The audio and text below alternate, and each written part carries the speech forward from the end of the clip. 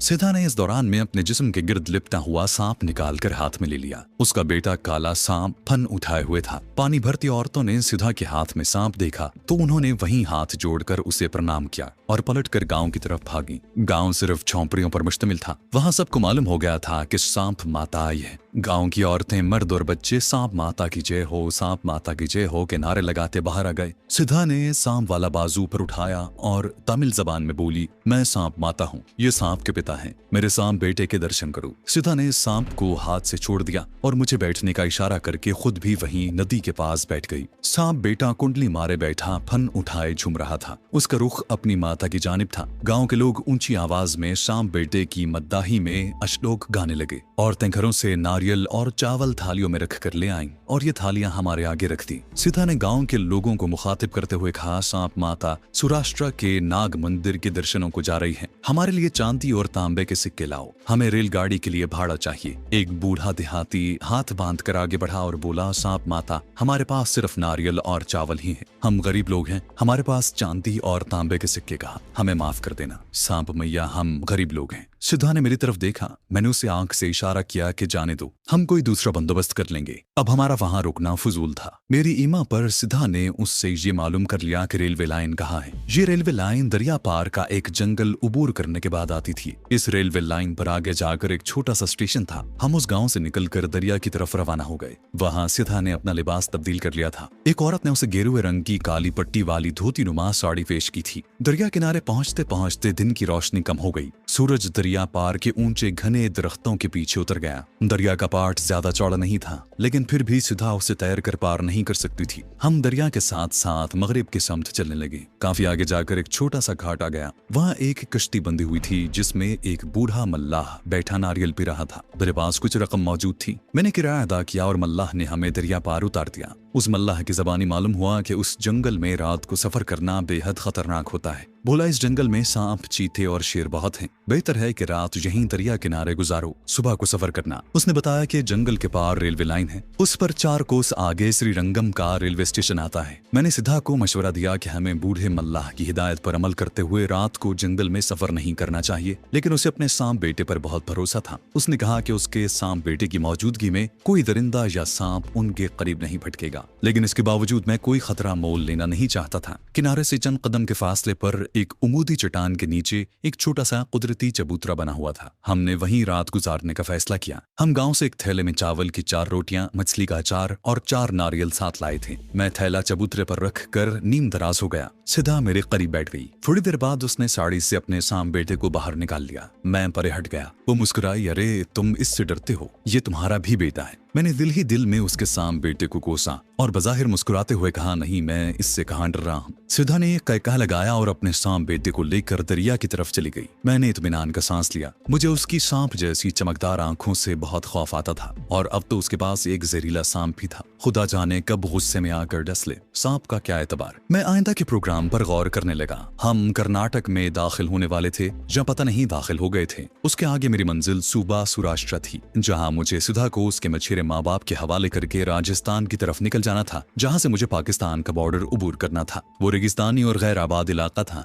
वहाँ से पाकिस्तान की सरहद में दाखिल होना मेरे लिए आसान था और आबादी ना होने की वजह से पहचान लिए जाने का खतरा भी नहीं था। मैंने जेब से पैसे निकाल कर गिने। कुल 60 रुपए रह गए थे और ये पैसे सौराष्ट्र के किसी शहर तक पहुँचने के लिए काफी थे। बगैर टिकट सफर करने में इस बात का डर था कि अगर पकड़ा गया तो मामला बिगड़ जाएगा। मैं सोचने लगा कि रेल के किराए और दूसरे खाने पीने के अखराजात के लिए पैसे कहाँ से आएंगे, क्योंकि सौराष्ट्र के शहर बड़ौदा तक रेल का कम से कम 4 रोज का सफर था और खुदा जाने हमें कहाँ कहाँ से रेल बदलनी पड़ती। सुधा के माँ बाप का गांव दरियाई चंबल के किनारे कहीं वाक़ था। उसने बताया था कि कभी कभी वो अपने पिता के साथ बैलगाड़ी में बैठकर खुरपा नाम के एक छोटे से देहाती स्टेशन पर जाती थी, जहाँ से वो रेलगाड़ी में एक रात और एक दिन के बाद बड़ौदा पहुँचते थे। ये सब बातें मेरे जहन में थी और उस वक्त मुझे सबसे ज्यादा ये बात परेशान कर रही थी कि इतने लंबे सफर के लिए किराए की रकम कहाँ से आएगी। आखिर मैंने सोचा कि सिद्धा से कहूंगा कि वो श्रीरंगम रेलवे स्टेशन के आसपास गांव में अगर कोई नाग की पूजा करने वाला कबीला आबाद हो तो वहां से कुछ रकम नजराने के तौर पर हासिल करने की कोशिश करे। उसी वक्त मुझे सिद्धा की हंसने की आवाज आए। मैंने पलट कर देखा, वो मेरे पीछे खड़ी अपने गीले बाल निचोड़ रही थी। गालिबन वो नहा कर आई थी।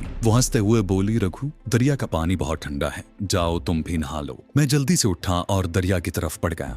दरिया का पानी बहुत ठंडा था। मैंने खूब अच्छी तरह गुस्ल किया। नहाने से थकान काफी दूर हो गई थी। वापस आकर देखा तो सिधा किसी दरख्त के चौड़े चौड़े पत्ते चटान पर बिछाए, उन पर 2 रोटियां और मछली का अचार रखे बैठी मेरा इंतजार कर रही थी। हमने चावल की रोटी अचार के साथ खाई और नारियल तोड़कर उनका पानी पिया। फिर सिधा चबूतरे को साफ करते हुए बोली, रघु तुम भी यहीं सो जाओ। मैंने जल्दी से कहा, यहीं? सच्ची बात तो ये है कि मुझे तुम्हारे सांप से खौफ आता है। सिधा ने फौरन अपनी साड़ी से सांप निकाल कर मेरी तरफ बढ़ाया। ये देखो, ये तुम्हें कुछ नहीं कहेगा। सांप ने हल्की सी फुनकार मारी और मैं जल्दी से चबूतरे की दूसरी तरफ कूद गया। सिधा हंस हंस कर लोटपोट हो गई। मैंने एक दरख्त की तरफ बढ़ते हुए कहा, मैं इस दरख्त पर सो जाऊंगा। उस दरख्त की शाखें कम बुलंदी से शुरू हो गई थी। सिधा ने मुझे बहुत मजबूर किया कि मैं चबूतरे पर ही सोऊं, लेकिन मैंने चिल्लाहट के साथ कहा, नहीं, मैं दरख्त पर सोऊंगा। बस कह जो दिया। सिधा खामोश हो गई।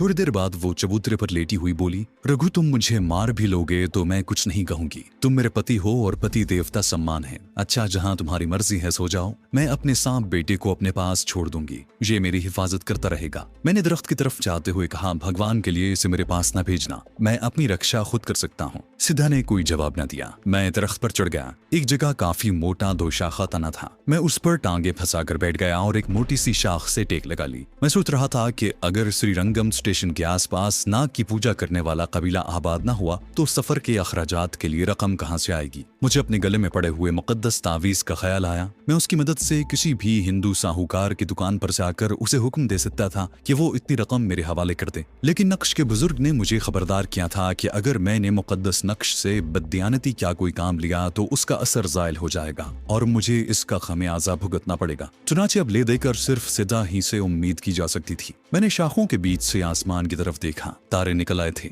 अब दरिया का पहाड़ नजर नहीं आ रहा था। मैंने दाएं जानिब चट्टान पर निगाह डाली। वहां मुझे सिथा का एक धुंधला सा हयूला दिखाई दिया। थोड़ी देर तक मैं अंधेरे में आंखें फाड़ फाड़ कर इधर उधर देखता रहा। फिर मुझे भी नींद आ गई। रात भर मच्छरों ने बेपनाह तंग किया और मैं बार बार सोता जागता रहा। आधी रात के बाद जंगल की तरफ से शेर के दहाड़ने की आवाज भी वक्फे वक्फे से सुनाई देती रही, मगर शेर उस तरफ नहीं आया। इसी तरह रात गुजर गई। दिन की रोशनी हुई तो परिंदों की चहचहाहट ने मुझे जगा दिया। मेरी नजर चबूतरे की तरफ गई। सिधा वहां मौजूद नहीं थी। मैं दरख्त से उतरा ही था कि सिधा आ गई। रघु, दरख्त पर तुम्हें किसी भूत प्रेत ने तंग तो नहीं किया? उसने हंसते हुए पूछा। मैंने दरिया की तरफ बढ़ते हुए कहा, मच्छरों ने रात भर सोने नहीं दिया। वो बोली, तुमने देखा रात को बाघ जंगल में बोलता रहा, लेकिन मेरे बेटे की वजह से हमारे नजदीक नहीं आया। मैंने दरिया पर जाकर गुस्ल किया। रात की बची हुई रोटी मछली के अचार के साथ खाई, नारियल का पानी पिया। फिर कुछ देर हम वहीं बैठे बातें करते रहे। मेरे इस्तफसार पर सिधा ने बताया कि श्रीरंगम स्टेशन के आसपास सांप के पुजारियों का कोई कबीला आबाद नहीं। मैंने उसे सफर के अखराजात के बारे में अपनी तशवीश से आगाह किया तो वो सोच में पड़ गई। फिर सर उठाकर बोली,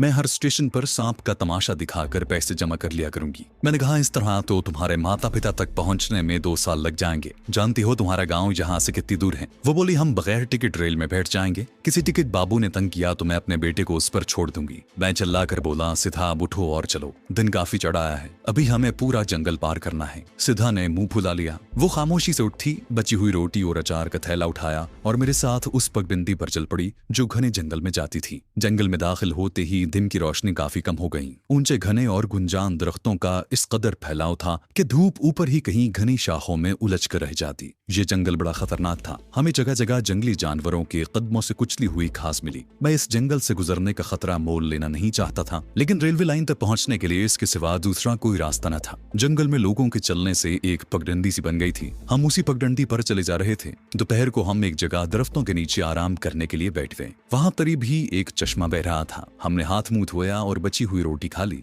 अब हमारे पास खाने को कुछ बाकी नहीं था। ख्याल था कि श्रीरंगम पहुंचकर कुछ बंदोबस्त कर ही लेंगे। सिधा ने अपने सांप बेटे को साड़ी से निकाल कर गर्दन में डाल लिया था। अचानक मुझे उसकी फुनकार सुनाई दी। ऐसा पहले कभी नहीं हुआ था। सांप जब सिधा के पास होता तो बिल्कुल खामोश रहता। मैंने देखा कि सांप सिधा की गर्दन से लिपटा फन उठाए एक जानिब देख रहा था और साथ साथ फुनकार रहा था। सिधा उसे गौर से देख रही थी। मैंने पूछा, ये गुस्से में क्यों है? उसने सांप को गर्दन से निकाल कर आहिस्ता से जमीन पर छोड़ दिया और बोली, बड़ी अजीब बात है, मेरे साथ मेरे बेटे के पीछे पीछे आओ। मैंने इकरार में सर हिला दिया। सांप अपना चौड़ा फन उठाए गुस्से से फुनकारता पगडंडी पर बल खाता चला जा रहा था। सिधा उसके पीछे पीछे चल रही थी और मैं उसके पीछे था। क्या बात है? मैंने आहिस्ता से पूछा, ये तुम्हारा सांप बेटा कहाँ जा रहा है? सिद्धा ने हाथ के इशारे से मुझे खामोश रहने को कहा। सांप टीले की ढलान उतर रहा था। आगे एक दूसरा टीला आ गया। सांप उस टीले के पास पहुंचकर एक जगह रुक गया। वो एक ही जगह टीले की दीवार के चक्कर लगाने लगा। उसकी फुनकार में शिद्दत पैदा हो गई। सिद्धा उसके करीब चली गई। मैं अपनी जगह खड़ा रहा। सिद्धा ने झुककर टीले की दीवार को देखा,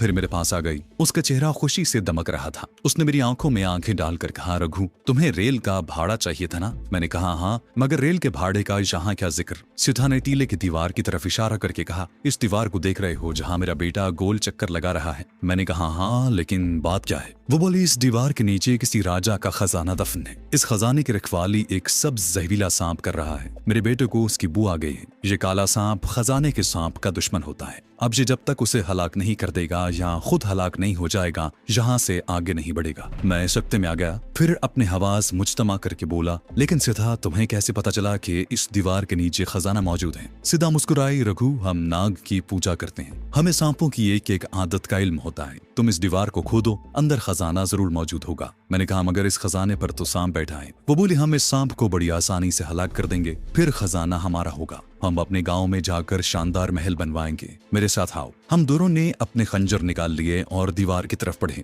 काला सांप अभी तक दीवार के सामने बड़े गुस्सीले अंदाज में चक्कर लगाते हुए फुनकार रहा था। हमने टीले की दीवार को ठोंक बजाकर देखा। एक जगह से वाकई खोखली आवाज आई। हम खंजरों की मदद से उस जगह की मिट्टी और पत्थर उखाड़ने लगे। बहुत जल्द वहां एक सुराख बन गया। सुराख में से दिन की रोशनी अंदर गई तो वहां से फुनकार की ऐसी आवाज आई जैसे किसी ने आसमान की तरफ हवा छोड़ दी हो। मैं पीछे हट गया। फुनकार की आवाज सुनकर काला सांप सुराख की तरफ लपका, लेकिन सिद्धा ने उसे रास्ते में ही दबोच लिया और उसके सर पर हाथ फेरते हुए बोली, नहीं मेरे बेटे, तुम अंदर नहीं जाओगे। तुम्हारे दुश्मन का मुकाबला हम करेंगे। हम उसे हलाक कर देंगे। सांप सिद्धा की कलाई से लिपटा गजबनाक अंदाज में फुनकार रहा था, बल खा रहा था और नीचे उतरने के लिए मचल रहा था। सिद्धा ने उसे अपनी साड़ी के पल्लू में बांधकर कंधे से लटका लिया और खंजर हाथ में तोल कर बोली, रघु, तुम यहीं ठहरो, मैं खजाने के सांप को मारती हूँ। फिक्र मत करो, इसका जहर मुझ पर असर नहीं करेगा। मैं हैरत में डूबा सिद्धा को देख रहा था। वो उस वक्त मुझे जुनूबी हिंद की कोई जादूगरनी लग रही थी। वो मुझे हैरत ज़दा छोड़कर टीले की दीवार की तरफ बढ़ी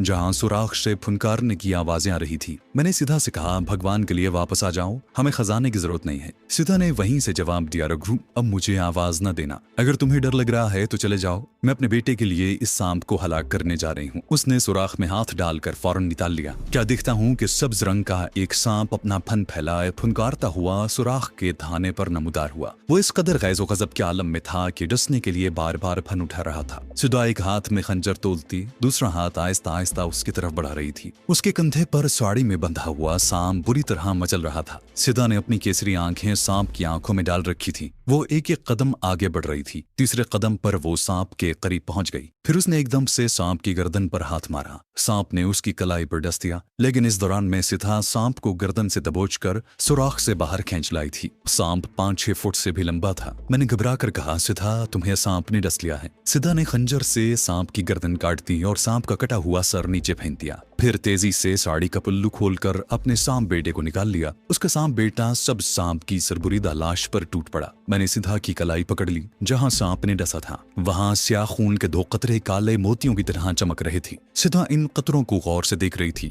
फिर उसका स्याह जिस्म हौले हौले लरजने लगा। मैं परेशान हो गया। मैंने उसे थामना चाहा तो उसने डांट कर कहा, रघु, मुझे हाथ न लगाना, मेरा खून सांप के जहर का तोड़ कर रहा है। मैं अपनी जगह साकित होकर उसकी कलाई पर खून के चमकते कतरों को देखने लगा जो आहिस्ता आहिस्ता एक दूसरे के करीब आ रहे थे। फिर दोनों कतरे मिलकर एक कतरा बन गए और कतरा फूलने लगा। सिद्धा के जिस्म ने अब लरजना बंद कर दिया था, मगर उसकी केसरी आंखों से जैसे गर्म गर्म शुआएं निकल रही थी। चंद लम्हों बाद उसने कमजोर सी आवाज में कहा, बस अब सब ठीक हो गया है। मेरी कलाई पर मौजूद खून का यह कतरा पत्थर बनकर गिरने ही वाला है। काले खून का कतरा अब एक छोटे बेर के साइज का हो गया था। फिर अचानक वो लुढ़क कर नीचे गिर पड़ा। सिद्धा ने मुस्कुराकर मुझे देखा और बोली, रघु, खजाने का सांप दुनिया का सबसे जहरीला सांप होता है। अपने बेटे की वजह से मेरे खून में ऐसा तरियात पैदा हो गया है कि मुझ पर किसी सांप का असर नहीं होता। मैंने डरते डरते पूछा, क्या अब मैं तुम्हें हाथ लगा सकता हूँ? बोली, भगवान की दया है रघु, तुमको भी अपनी पत्नी से प्रेम हुआ, अब तुम मुझे हाथ लगा सकते हो, तुम्हें कुछ नहीं होगा। मैंने बेख्तियार सिद्धा को हाथ लगाया। उसके सांप बेटे ने खजाने के सांप का सर मुंह में डाल रखा था और उसे निगलने की कोशिश कर रहा था। थोड़ी देर बाद सिंधा बोली, चलो खजाना निकालते हैं, लेकिन नहीं, तुम इसी जगह ठहरो। फिर अचानक उसे कुछ याद आ गया। वो नीचे बैठकर घास टटोलने लगी और फिर घास में से कुछ निकाल कर उठ खड़ी हुई। फिर उसे हथेली पर रखकर मेरे आगे कर दिया। वो उसके स्याह खून का फूला हुआ कतरा था जो अब पत्थर बन चुका था। वो बोली, रघु, ये मेरे खून का कतरा नहीं बल्कि अब सांप का एक बहुत ही कीमती मनका है, ये तुम अपने पास रखो।